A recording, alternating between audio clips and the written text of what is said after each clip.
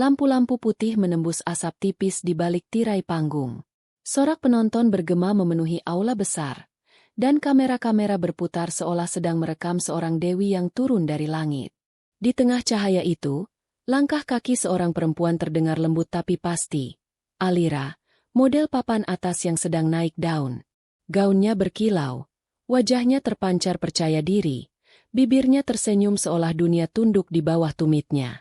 Sorotan lampu mengikuti setiap gerakannya. Setiap kali ia memutar tubuh, kilauan berlian di lehernya memantulkan cahaya ke segala arah. Para fotografer berebut tempat, memotret tanpa henti. "Lihat, itu Alira, the Queen of Fashion Week," teriak seseorang dari kerumunan. Ia mendengar pujian itu, dan matanya menyipit penuh kepuasan. Selesai pertunjukan, Alira berjalan melewati koridor belakang panggung, dikelilingi asisten dan make-up artis. Mereka menunduk hormat saat ia lewat. Salah satu dari mereka, Dina, memberanikan diri berkata pelan, "Kak, penampilan Kak Alira luar biasa, tapi jangan lupa istirahat ya. Kata mama saya, orang yang terlalu tinggi berdiri, kadang lupa kalau bisa jatuh juga."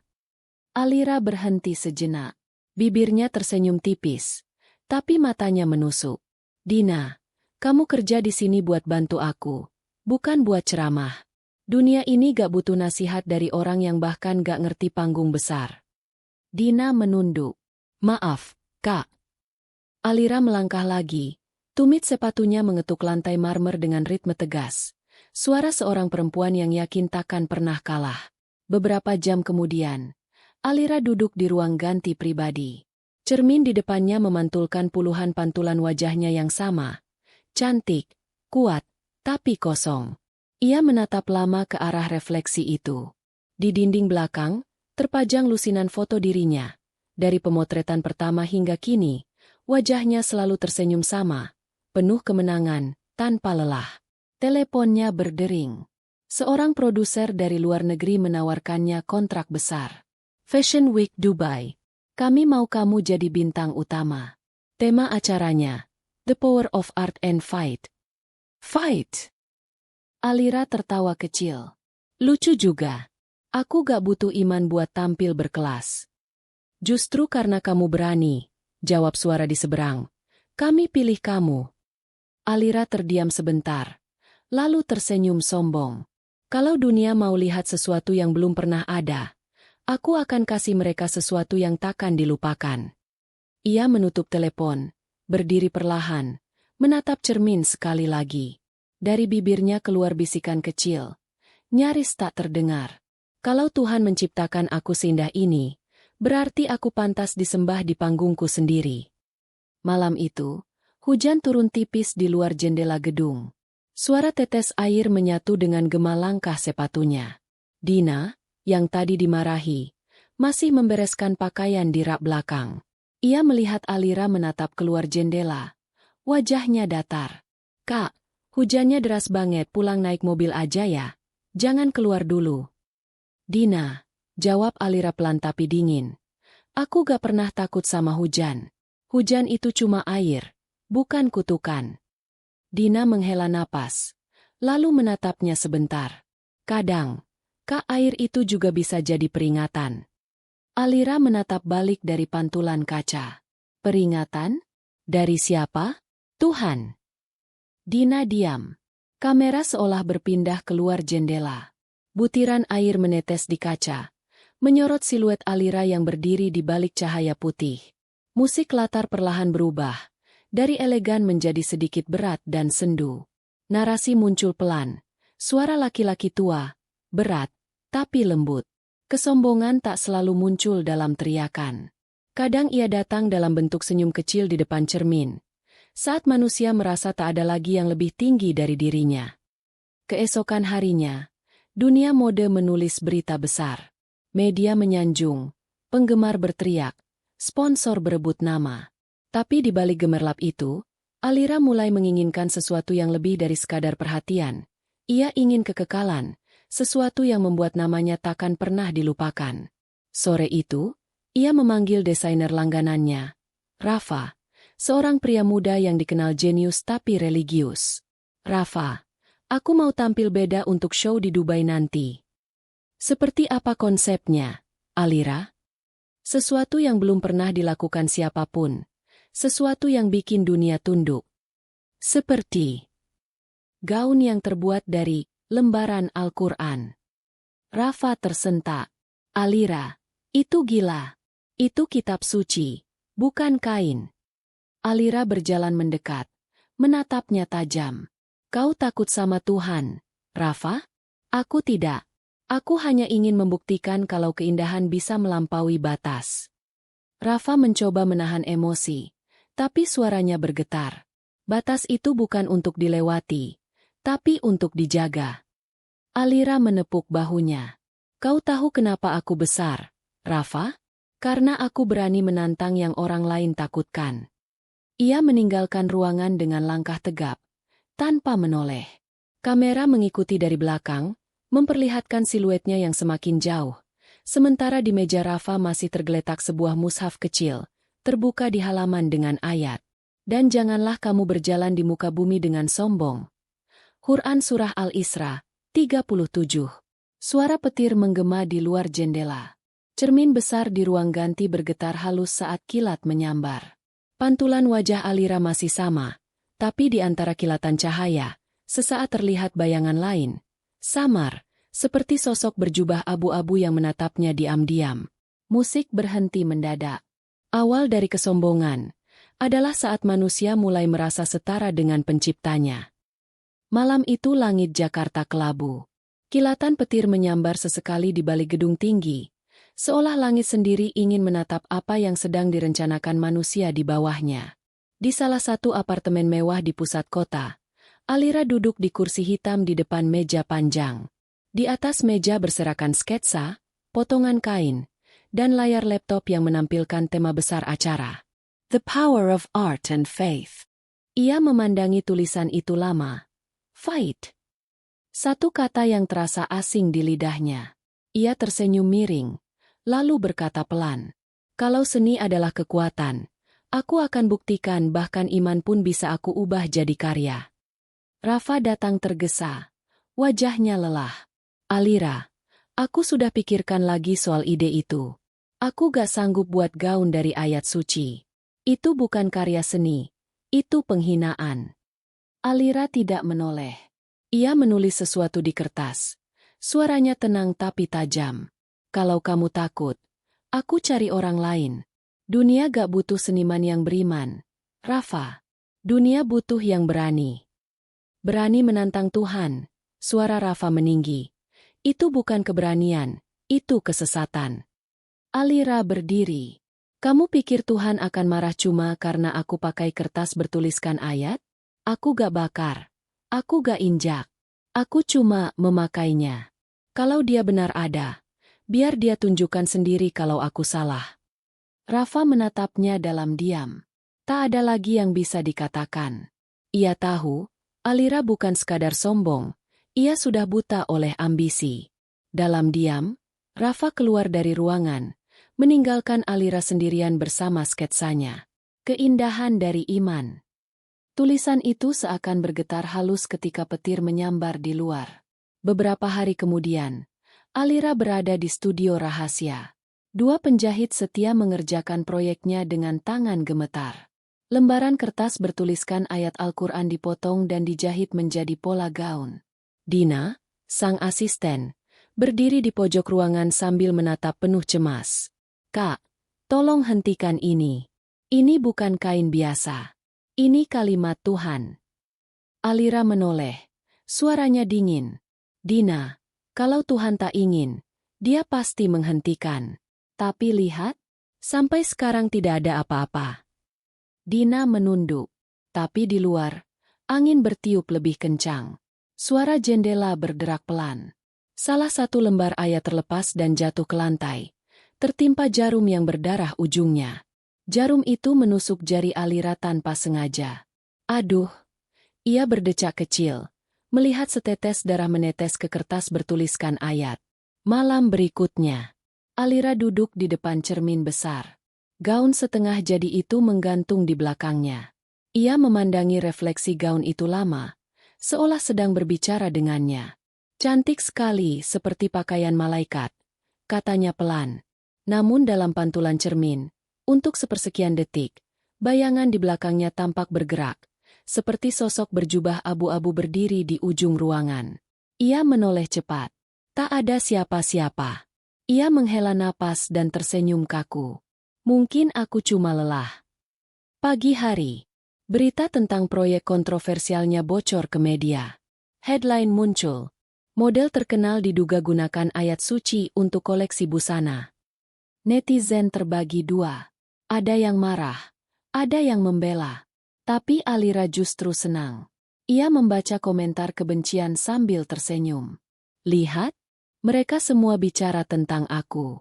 Bukan itu yang namanya sukses. Dina berdiri di belakang, menahan tangis. Kadang Kak, sukses juga bisa jadi kutukan kalau dicapai dengan menghina yang suci. Alira menatapnya lewat pantulan cermin. Kutukan? Hanya orang lemah yang percaya hal itu. Setiap kesombongan dimulai dari keinginan kecil untuk terlihat luar biasa. Tapi ketika manusia mulai menantang batas suci, yang menatap bukan lagi manusia, melainkan langit itu sendiri. Malam itu, di luar studio, seekor burung hitam jatuh menabrak kaca. Suaranya keras, membuat semua orang menoleh. Dina menjerit kecil. Alira mendekat ke jendela, menatap burung itu yang tergeletak mati. Ia tersenyum samar dan berbisik. Tuhan kirim peringatannya? Lucu. Kilatan petir menyambar di luar. Kali ini cukup kuat untuk membuat listrik mati sesaat. Lembaran ayat-ayat itu bergoyang pelan, seolah ada angin berputar hanya di sekitarnya. Dina menatapnya dengan mata ketakutan. Sementara Alira, dengan sinar lampu darurat yang temaram, tersenyum kecil sambil berkata, "Besok, dunia akan sujud padaku." Suara petir menggema keras. Kemudian hening. Ada kalimat yang seharusnya hanya dibaca, bukan dipakai. Karena saat manusia menjadikan ayat suci sebagai hiasan tubuhnya, maka tubuh itu sendiri akan menjadi peringatan bagi dunia. Pagi itu, matahari tertutup awan kelabu. Di dalam studio megah yang biasanya dipenuhi cahaya, hari itu terasa berat. Udara dingin, seolah AC menyala lebih dingin dari biasanya, padahal tidak ada yang menyentuh tombolnya. Di tengah ruangan, berdiri sosok Alira, mengenakan jubah putih tipis sambil memandangi gaun yang hampir selesai dijahit. Gaun itu memantulkan cahaya aneh, bukan dari lampu, tapi seperti dari huruf-huruf Arab yang tersusun rapi di permukaannya. Lembaran ayat suci yang dijadikan bahan itu berkilau samar, seperti mengeluarkan pantulan cahaya kehijauan setiap kali disentuh sinar. Rafa, sang desainer, datang untuk terakhir kalinya. Wajahnya pucat. Alira, ini sudah keterlaluan. Gaun itu bukan karya seni. Itu penghinaan. Aku mohon, hentikan sebelum terlambat. Alira tidak menjawab. Ia melangkah mendekat ke gaun, menyentuhnya lembut, lalu menatap Rafa lewat pantulan kaca. Lihat, Rafa, keindahan ini, bahkan tanpa permisi, membuatmu takut. Itu artinya aku berhasil. Rafa menatap ayat-ayat yang dijahit melingkar di bagian dada dan punggung gaun. Ayat suci itu bukan untuk dipakai, Alira. Itu untuk dijaga. Suara Rafa bergetar. Namun Alira malah tertawa kecil. Kalau Tuhan benar sekuat itu, biar dia sendiri yang marah. Aku cuma ingin dunia tahu, tak ada batas bagi karya seni, bahkan terhadap langit sekalipun. Rafa menunduk, menghela napas panjang, lalu berkata pelan. Kadang Tuhan tak langsung murka, Alira. Dia menunggu, sampai manusia benar-benar merasa dia takkan datang. Tanpa sepatah kata lagi, Rafa keluar dari studio. Saat pintu menutup, suasana tiba-tiba berubah, lampu redup, dan selembar potongan kertas berhuruf Arab jatuh pelan dari meja, melayang hingga berhenti tepat di depan kaki Alira. Ia memungutnya dan menatap. Hurufnya samar-samar bergetar. Ia mengerjap cepat. Huruf-huruf itu berhenti. Ia menghela napas, lalu meletakkannya kembali. Beberapa jam berlalu. Dina dan dua penjahit masih bekerja di belakang ruangan. Mereka tak berani bicara. Tangan mereka gemetar setiap kali menyentuh kertas bertuliskan ayat itu. Salah satu dari mereka berbisik, "Aku takut setiap kali jarum menusuk kertas ini, rasanya seperti nusuk sesuatu yang hidup." Dina menjawab pelan, "Jangan bicara, nanti Kak Alira marah." Tiba-tiba, jarum mesin jahit tersangkut keras. Suara logam berderit panjang. Lalu, kling, jarumnya patah dua. Lampu di atas meja kedap-kedip. Salah satu penjahit berteriak kecil, "Astagfirullah, kenapa tiba-tiba?" Alira berbalik, wajahnya kesal. "Diam, jangan bawa nama Tuhan di sini. Kau tahu gak, kita sedang bikin sejarah." Semua terdiam. Suara mesin mati total. Ruangan hening, hanya terdengar detak jam dan napas ketakutan. Sore menjelang. Gaun itu kini selesai. Dina menatapnya dari jauh, dan air matanya menetes tanpa sadar. Gaun itu indah, terlalu indah, tapi juga terlalu sunyi. Setiap lembarannya memantulkan kilau cahaya samar seperti sedang berdenyut. Alira berdiri di depan cermin besar, mengenakan gaun itu untuk pertama kalinya. Suara musik lembut mengalun dari speaker, tapi cepat terasa janggal. Setiap kali Alira bergerak, suara seperti desis muncul dari gaunnya, seperti bisikan yang datang dari huruf-huruf itu sendiri. Ia berhenti melangkah. "Dina, kau dengar sesuatu?" Dina menunduk. "Enggak, Kak." "Jangan bohong." Dina menatap pelan ke arah gaun itu. "Saya dengar seperti ada orang membaca." Alira menatap pantulan dirinya di cermin. "Membaca?" "Ya, seperti ayat Al-Quran." Alira mendekat ke Dina. Matanya marah. "Kau pikir aku kerasukan?" Dina menunduk, menangis. "Saya takut, Kak. Ini bukan pakaian biasa." Alira memalingkan wajah, lalu menatap dirinya lagi di cermin. Sekilas, dalam pantulan itu, huruf-huruf di gaunnya tampak bergerak, berubah posisi, menyatu, lalu membentuk kata, "azab." Ia mengedipkan mata, dan tulisan itu menghilang. Ia menggelengkan kepala cepat. "Sudah cukup. Aku terlalu lelah. Ini cuma halusinasi." Tapi tubuhnya terasa berat. Nafasnya pendek. Ia meletakkan tangan di dada. Jantungnya berdebar keras. Di cermin, samar terlihat bayangan sosok berjubah abu-abu berdiri di belakangnya. Menatap tanpa mata. Hanya siluet cahaya lembut. Seketika lampu padam. Suara mesin jahit berputar sendiri dalam gelap. Benang berputar cepat. Dan dari kegelapan terdengar suara kain tersobek pelan. Alira menjerit kecil, mencoba mencari saklar. Tapi lampu menyala sendiri.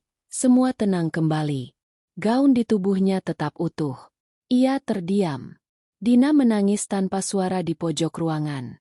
Ketika manusia mencampur kesombongan dengan hal suci, alam tak langsung marah. Ia menunggu, diam, sampai waktu peringatan itu tiba. Keesokan harinya, berita besar pecah. Seseorang dari tim penjahit membocorkan foto Alira mengenakan gaun itu. Media sosial meledak. Tagar gaun ayat suci trending di seluruh dunia. Sebagian besar komentar berisi kemarahan. "Ini penghinaan terhadap Islam. Perempuan ini menantang Tuhan secara terbuka. Tunggu azabnya. Pasti datang." Tapi Alira justru tertawa saat melihat semua itu. "Azab? Mereka pikir Tuhan nonton Instagram," katanya sambil menyeruput kopi. Dina hanya menatapnya dengan wajah pucat. Alira menatap gaunnya yang terlipat di kursi dan berkata pelan, "Lucu yang mereka sebut azab. Justru karya terbaikku." Keindahan bisa memukau mata manusia, tapi bisa melukai langit. Karena tak semua yang indah dirancang untuk dipertontonkan. Apalagi untuk menantang yang maha indah. Hujan belum berhenti sejak malam itu. Langit Jakarta muram, gelap meski sudah pagi. Petir menyambar di kejauhan, dan suara guntur bergema seperti peringatan yang datang berulang. Di kamar apartemennya, Alira duduk termenung di depan meja rias. Di sekelilingnya, lusinan foto dirinya tertempel di dinding. Wajah yang sama, senyum yang sama, Tapi kali ini terasa berbeda. Ia tampak lelah, matanya sembab.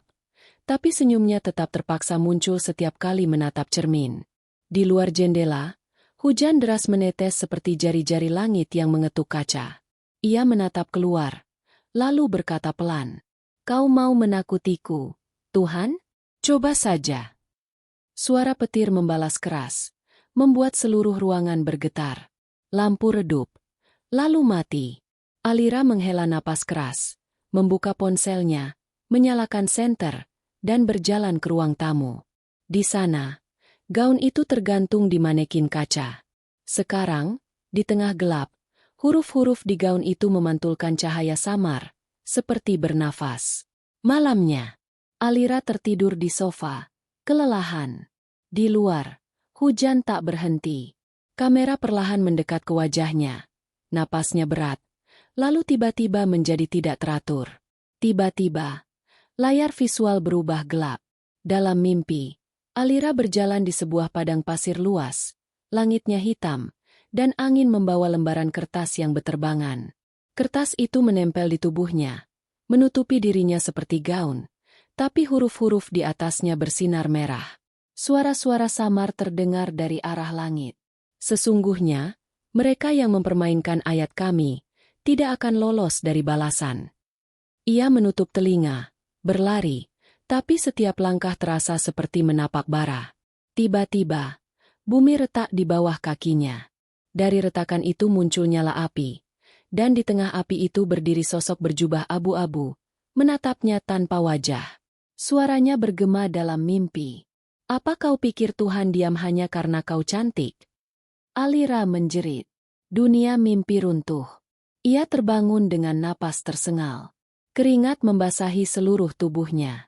Jam menunjukkan pukul 3 dini hari. Suara adzan subuh mulai terdengar dari masjid jauh di bawah sana.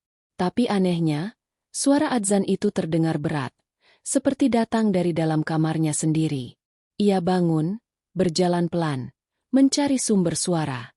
Suaranya makin jelas, tapi tidak ada siapa-siapa. Begitu matanya menatap gaun di manekin, suara itu berhenti. Tiba-tiba, kain gaun bergerak sedikit, seperti tertiup angin dari arah dalam ruangan. Alira menatapnya tanpa berani bergerak. "Jangan main-main," gumamnya pelan. Cahaya kilat menyambar tepat di belakang jendela. Dalam pantulan kaca, ia melihat huruf-huruf di gaun itu menyala satu persatu. Pagi datang. Langit masih abu-abu. Dina, yang beberapa hari meninggalkan apartemen, tiba-tiba muncul di depan pintu, wajahnya cemas. Ia membawa mushaf kecil di tangannya. "Maaf, Kak, saya tahu Kak Alira gak suka. Tapi tolong izinkan saya baca doa sebentar di ruangan ini." Alira tertawa kecil. "Dina, kamu pikir ini tempat kerasukan?" Dina menatapnya dengan air mata di mata. "Saya cuma takut, Kak. Bukan takut hantu, tapi takut Allah benar-benar murka." Alira menoleh ke arah gaun itu. "Kalau Tuhan marah, biar dia datang sendiri." Begitu kalimat itu terucap, kaca jendela belakang pecah tiba-tiba. Keduanya menjerit. Angin dingin menerobos masuk, meniup kertas-kertas di meja hingga berterbangan. Dari antara lembaran itu, satu potong kertas bertuliskan ayat suci menempel di pipi Alira. Ia kaget, menepuknya pelan, tapi begitu dilepas, huruf di kertas itu menempel di kulitnya, meninggalkan bekas samar berwarna merah. Dina berlari, menangis, membaca istighfar berulang kali. Malamnya, Alira duduk di depan televisi. Semua saluran berita masih membahas dirinya. Beberapa host bahkan mulai menyebut peristiwa aneh yang dialami timnya. Mesin jahit terbakar, lampu studio sering padam sendiri, dan suara gaib yang terekam di video promosi. Tapi Alira tetap tenang. Ia memegang bekas merah di pipinya dan berkata pelan, "Mereka cuma takut sama hal yang belum bisa dijelaskan." Cahaya petir menyambar lagi.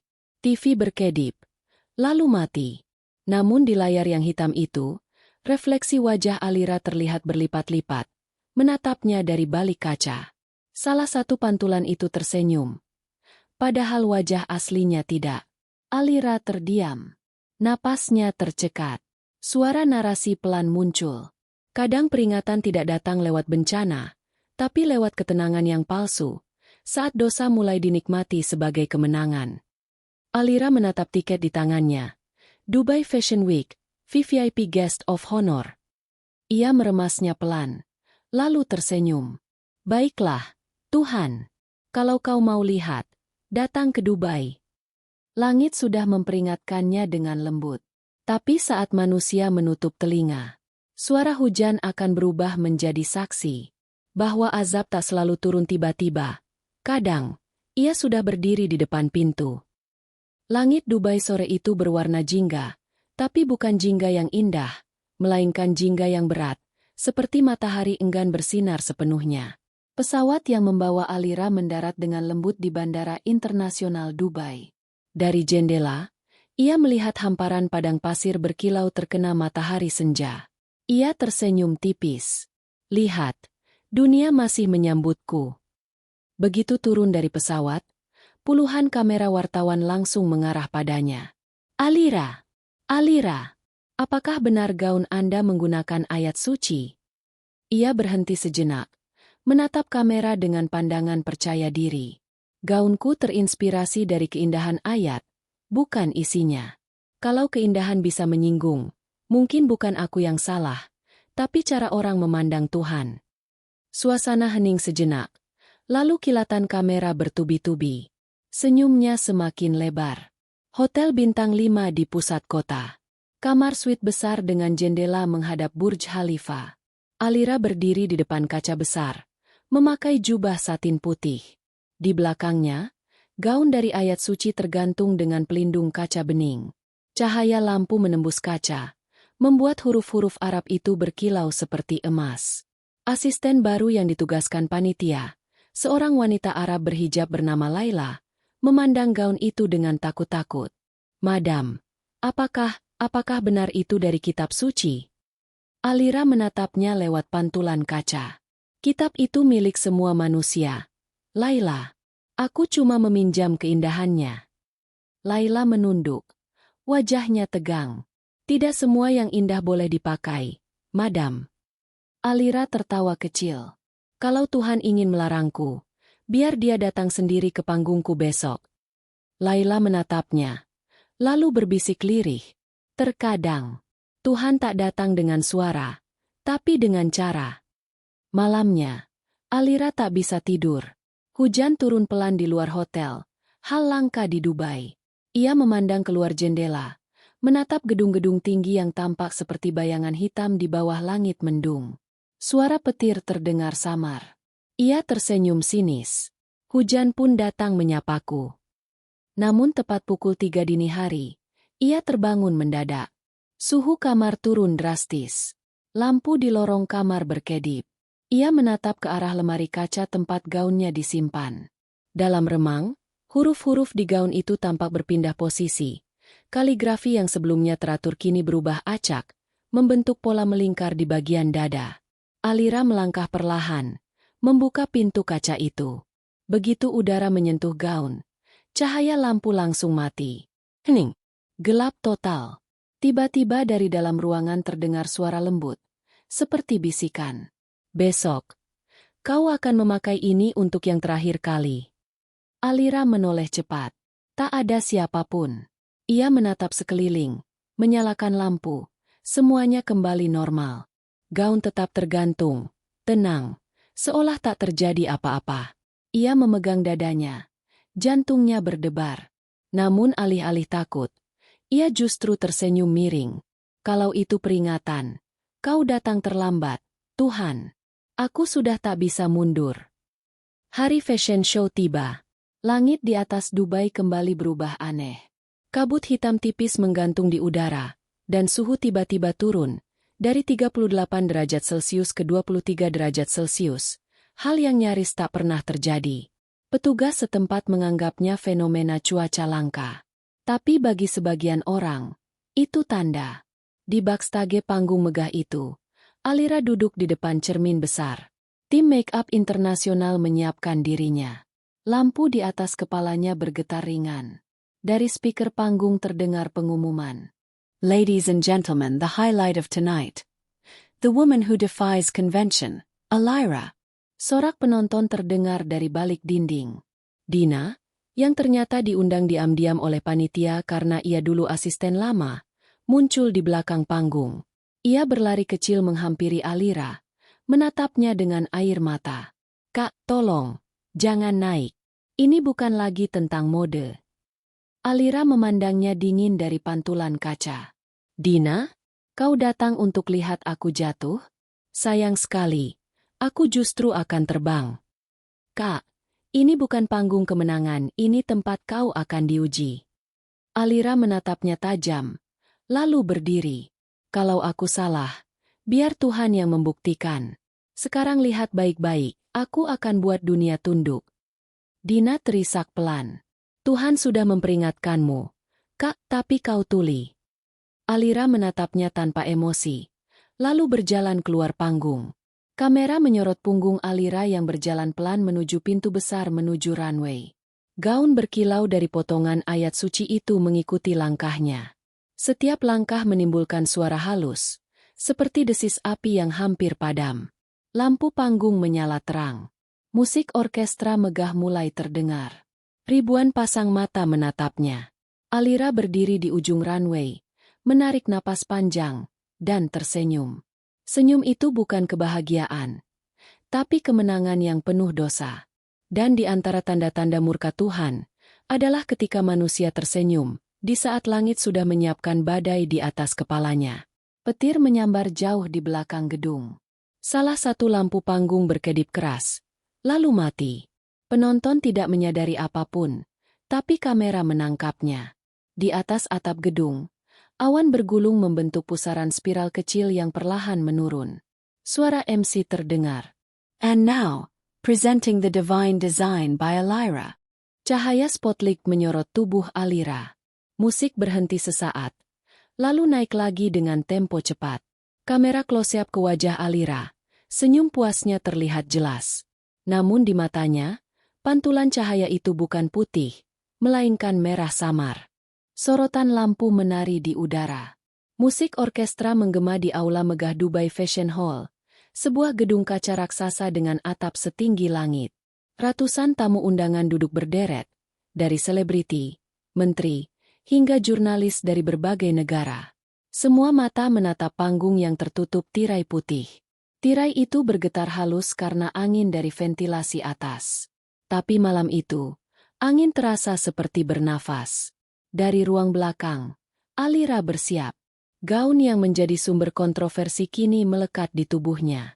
Ayat-ayat suci menjelma menjadi untayan emas yang melilit tubuhnya anggun. Ia berdiri di depan cermin besar, tersenyum puas. Di balik pantulan kaca, bayangan sosok berjubah abu-abu terlihat sekilas, berdiri di ujung ruangan. Tapi kali ini Alira tidak menoleh. Ia sudah terbiasa dengan kehadiran itu. "Kau menonton, kan, Tuhan?" bisiknya pelan. "Lihat bagaimana ciptaan MU kupakai untuk jadi ratu dunia." Musik berhenti. Lampu utama padam. Spotlight tunggal menyala. Tanda acara puncak dimulai. MC memanggil namanya lantang. "And now, the world premiere of The Sacred Silk by Alira." Tirai terbuka perlahan. Sorak penonton bergema. Alira melangkah pelan ke tengah runway. Setiap langkahnya gemulai dan penuh wibawa. Kamera menyorot dari berbagai arah. Cahaya berkilau di setiap huruf pada gaunnya. Dari kejauhan, seolah gaun itu bersinar sendiri, terlalu indah, terlalu suci, untuk sebuah dosa. Alira berjalan di tengah kabut tipis dari efek asap panggung. Cahaya keemasan dari atas memantul ke lantai putih mengkilap. Penonton terpesona. Sebagian bertepuk tangan, sebagian hanya menatap tak berkedip. Tapi di antara barisan penonton, Laila dan Dina duduk di baris belakang. Wajah mereka tegang. Laila berbisik, "Lihat lampu di atas panggung." Dina menoleh. Salah satu lampu sorot bergetar pelan. Padahal tidak ada angin. Langkah Alira semakin mantap. Setiap kali ia melangkah, huruf-huruf di gaunnya bergetar samar, seperti bereaksi pada cahaya. Satu persatu, huruf itu mulai berubah warna, dari hitam ke merah tua. Penonton tak menyadarinya. Mereka mengira itu efek pencahayaan. Suara orkestra meningkat. Alira berputar elegan di ujung runway. Gaun berkilau sempurna. Senyum kemenangan muncul di wajahnya. Namun tiba-tiba, suara mikrofon meledak pelan, menimbulkan dengung keras di seluruh ruangan. Lampu sorot di atas kepala Alira berkedip cepat, lalu mati. Panggung gelap sesaat. Suara musik berhenti. Hening. Alira menatap ke atas, mencoba tetap tenang. Tapi di langit-langit gedung kaca itu, awan hitam menggulung cepat, padahal ini ruangan tertutup. Seseorang di barisan depan berteriak. Apa itu di atas sana? Cahaya putih menyambar kaca atap. Petir. Suara keras memecahkan udara. Kaca bergetar. Tiba-tiba, huruf-huruf di gaun Alira menyala seperti bara api. Cahaya merah menyala dari dadanya, merambat ke seluruh tubuh. Asap putih tipis keluar dari serat kain. Alira menatap ke bawah. Kulitnya mulai panas. Penonton berdiri. Panik. Beberapa kamera jatuh. Sorak berubah jadi jeritan. Api. Gaunnya terbakar. Alira mencoba melepaskan gaunnya. Tapi kain itu menempel di kulitnya seperti hidup. Ia menarik keras. Tapi huruf-huruf itu seolah menolak lepas. Membakar setiap jari yang menyentuhnya. Laila dan Dina berlari ke arah panggung sambil berteriak memanggil namanya. Tiba-tiba, seluruh ruangan berguncang. Petir kedua menyambar gedung. Lampu padam total. Hanya satu cahaya yang tersisa. Nyala dari tubuh Alira sendiri. Alira berlutut di tengah panggung. Wajahnya menatap ke atas. Matanya berair tapi mulutnya masih berusaha tersenyum. Aku hanya ingin dikenal. Kalimat itu jadi gema terakhirnya sebelum tubuhnya ambruk ke lantai. Dan nyala api padam seketika. Hening. Asap putih tipis melayang di atas panggung. Dina berlari mendekat. Mengguncang tubuh Alira yang kini membeku. Di kulitnya, bekas luka terbentuk. Huruf-huruf Arab yang dulu menghiasi gaun, kini terukir di tubuhnya sendiri. Sorak berganti isak. Para tamu menunduk. Sebagian membaca doa dalam berbagai bahasa. Cahaya kembali menyala. Gaun itu tak tersisa. Yang tertinggal hanyalah abu. Dan secari kertas hangus bertuliskan potongan ayat. Dan kami akan memperlihatkan kepada mereka tanda-tanda kami di segenap penjuru bumi dan pada diri mereka sendiri. Hingga jelas bagi mereka bahwa Al-Quran itu benar. Quran Surat Fussilat 53. Ketika manusia memakai ayat Tuhan sebagai perhiasan, Tuhan menjadikannya sebagai saksi. Di atas panggung kemegahan, ia menari untuk dunia. Tapi malam itu, langit yang menonton, memutuskan untuk turun tangan. Pagi itu, Dubai kembali terang. Langit biru bersih, tak ada awan. Seolah malam sebelumnya hanyalah mimpi buruk yang tak pernah terjadi. Tapi di tengah gemerlap kota, kabar tentang kejadian semalam sudah menyebar ke seluruh dunia. Media menulis dengan berbagai judul.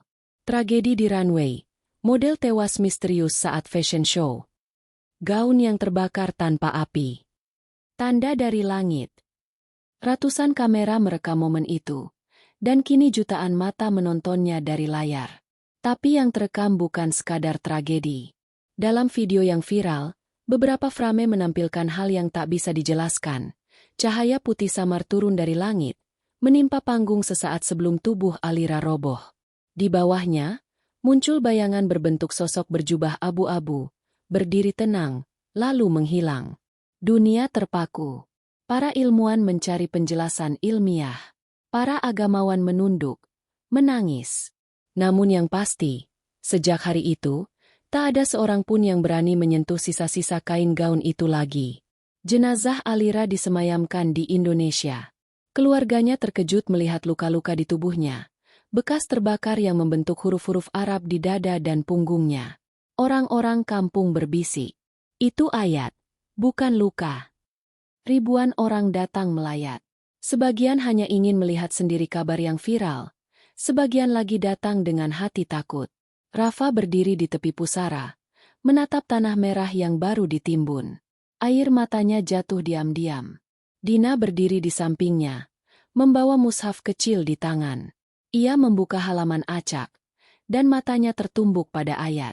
Dan janganlah kamu jadikan ayat-ayatku sebagai permainan. Quran Surat Al-Baqarah 231. Tangannya bergetar. Ia menutup kitab itu dan berbisik lirih. Kau sudah diperingatkan, Kak, tapi hatimu menolak setiap panggilannya. Langit mendung tipis. Burung-burung beterbangan rendah di atas pemakaman. Suara hujan gerimis jatuh pelan di atas batu nisan bertuliskan nama Alira. Kamera perlahan naik, memperlihatkan nisan dari atas. Di antara tetesan hujan, muncul kilau samar berbentuk tulisan, Rahmat Allah masih luas. 1 bulan kemudian, video terakhir Alira dijadikan dokumenter. Orang-orang membicarakan keangkuhannya, tapi juga keindahan pesannya yang pahit. Di satu sisi dunia, seorang remaja berhijab menonton video itu sambil meneteskan air mata. Ya Allah, lindungi aku dari kesombongan seperti dia. Di sisi lain, seorang desainer terkenal menutup laptopnya dan berkata pada timnya, mulai hari ini, tak akan ada karya yang mengambil dari ayat suci. Keindahan sejati tak perlu menantang langit. Malam di kampung. Dina duduk di teras rumah sederhana.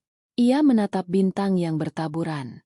Di pangkuannya, mushaf kecil yang dulu sering ia bawa. Ia membuka halaman depan, menemukan lipatan kecil berisi potongan kertas gosong. Kertas itu bertuliskan, "Kau tidak pernah tahu siapa yang kau sakiti." Sampai langit yang menjawab. Dina menatapnya lama. Air matanya jatuh di atas huruf itu. Tinta yang pudar seolah menyerap ke dalam mushaf, menghilang, meninggalkan halaman putih bersih. Ia tersenyum kecil dan berbisik, "Semoga Tuhan memaafkannya." Pagi hari di kampung. Anak-anak sekolah berjalan sambil tertawa. Di antara mereka, seorang anak perempuan berhenti di pinggir jalan, memungut selembar kertas lusuh yang tertiup angin. Ia menatap tulisan di kertas itu. "Jangan sombong dengan cahaya, karena matahari pun tunduk pada Tuhan." Anak itu tersenyum, lalu menyelipkan kertas itu di buku tulisnya. Kamera perlahan naik ke langit. Matahari muncul perlahan di balik awan.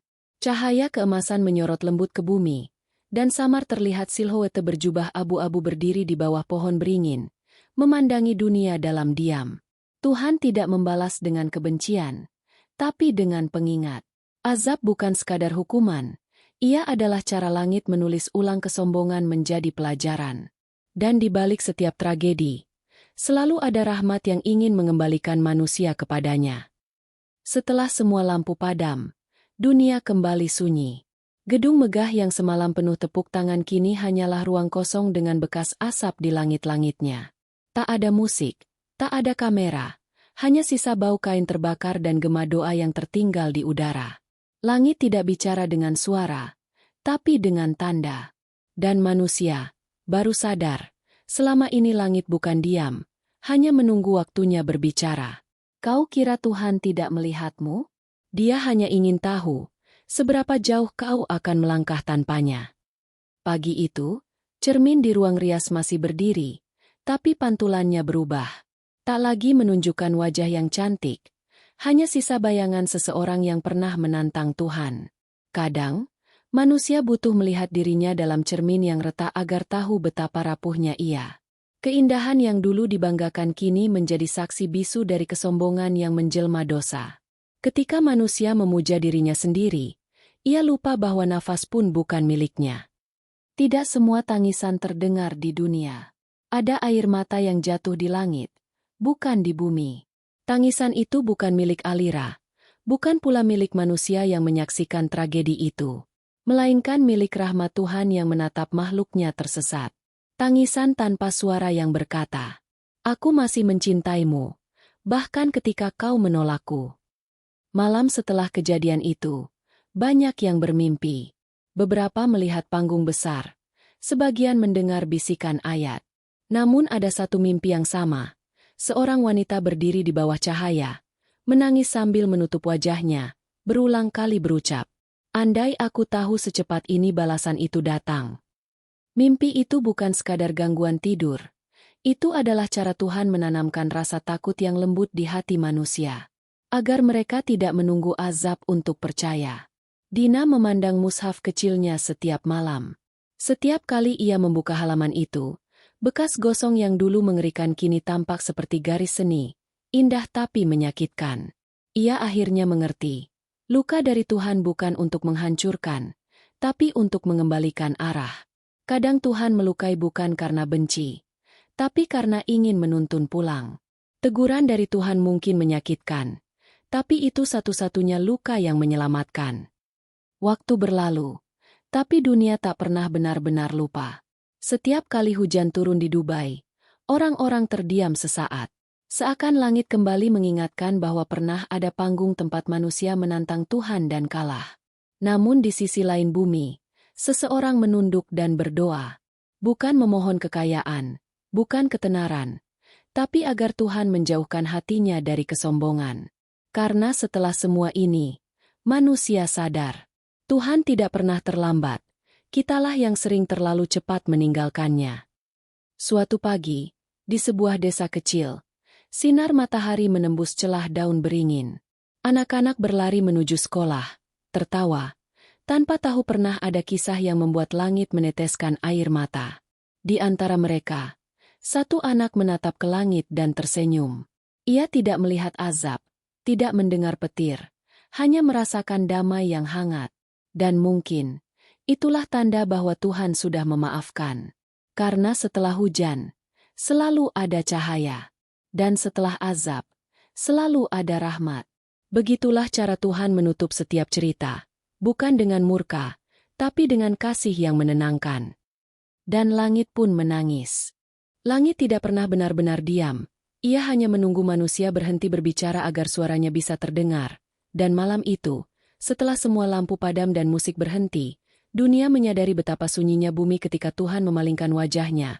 Sebab keindahan yang dulu mereka agungkan ternyata bukanlah keindahan, melainkan kesombongan yang dibungkus cahaya palsu. Dan di antara abu yang tertinggal di atas panggung megah itu, tersisa pelajaran yang terlalu dalam untuk diucapkan dengan kata. Bahwa tak ada karya yang lebih besar dari ketaatan, tak ada kecantikan yang lebih abadi daripada kerendahan hati, dan tak ada api yang lebih menyakitkan daripada azab yang turun bukan karena kebencian, melainkan karena cinta yang ditolak. Sebab ketika manusia menantang Tuhan demi tepuk tangan dunia, ia sebenarnya sedang menulis surat untuk dirinya sendiri. Surat yang isinya satu kalimat pendek namun mematikan.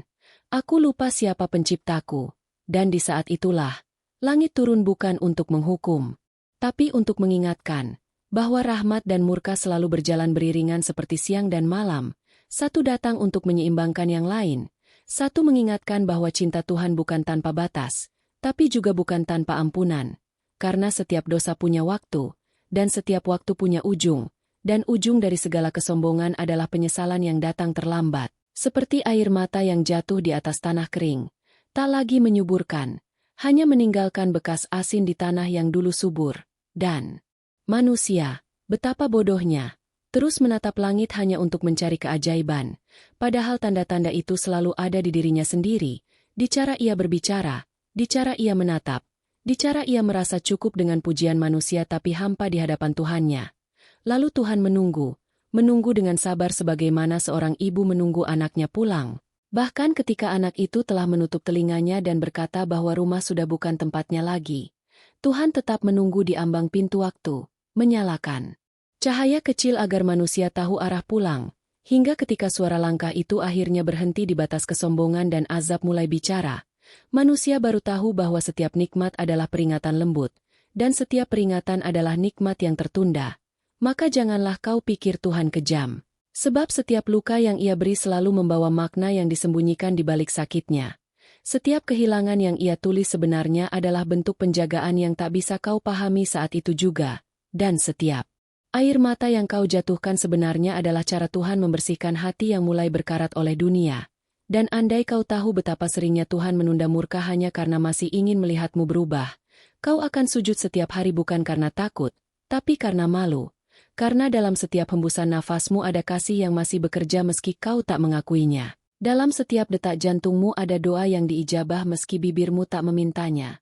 Dan dalam setiap langkahmu yang menjauh ada tangan yang masih menuntun agar kau tak jatuh terlalu jauh. Sebab pada akhirnya, tidak ada manusia yang benar-benar kuat di hadapan Tuhan, tak ada keindahan yang bisa menandingi kesucian, dan tak ada panggung yang bisa lebih megah dari sajadah yang basah oleh air mata penyesalan. Maka ketika dunia berhenti bersorak dan lampu-lampu kemewahan mulai padam satu persatu, yang tersisa hanyalah dirimu dan cahaya kecil yang kau bawa di dada. Cahaya yang bisa padam oleh ego, tapi bisa menyala kembali dengan taubat. Dan di saat itu, Tuhan tersenyum bukan karena kau sempurna, tapi karena akhirnya kau sadar bahwa kesombongan adalah bentuk paling halus dari kehilangan arah, dan langit pun perlahan membuka kembali, sinar lembut turun ke bumi, membasuh semua debu dari panggung yang dulu menjadi tempat manusia menantang Tuhan, dan dari antara sinar itu terdengar suara yang menenangkan, tidak keras, tidak marah, hanya seolah berbisik di hati manusia. Aku tidak pernah meninggalkanmu, hanya menunggu kau berhenti melupakanku.